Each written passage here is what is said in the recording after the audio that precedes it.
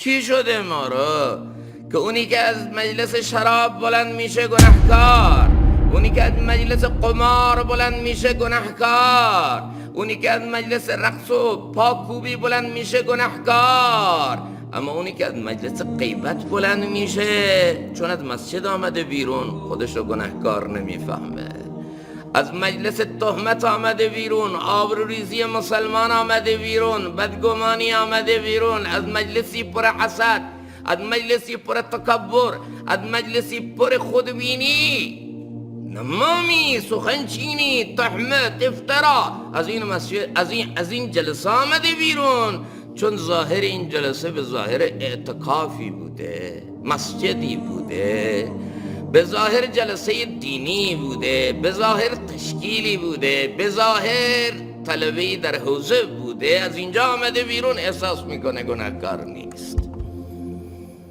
الان که الله تعالی سخت‌ترین مثال رو در کلام خودش برای غیبت زده، خوردن گوشت برادر مسلمان. یعنی چی؟ انقدر این گناه قبیحه و زشت پیش الله تعالی.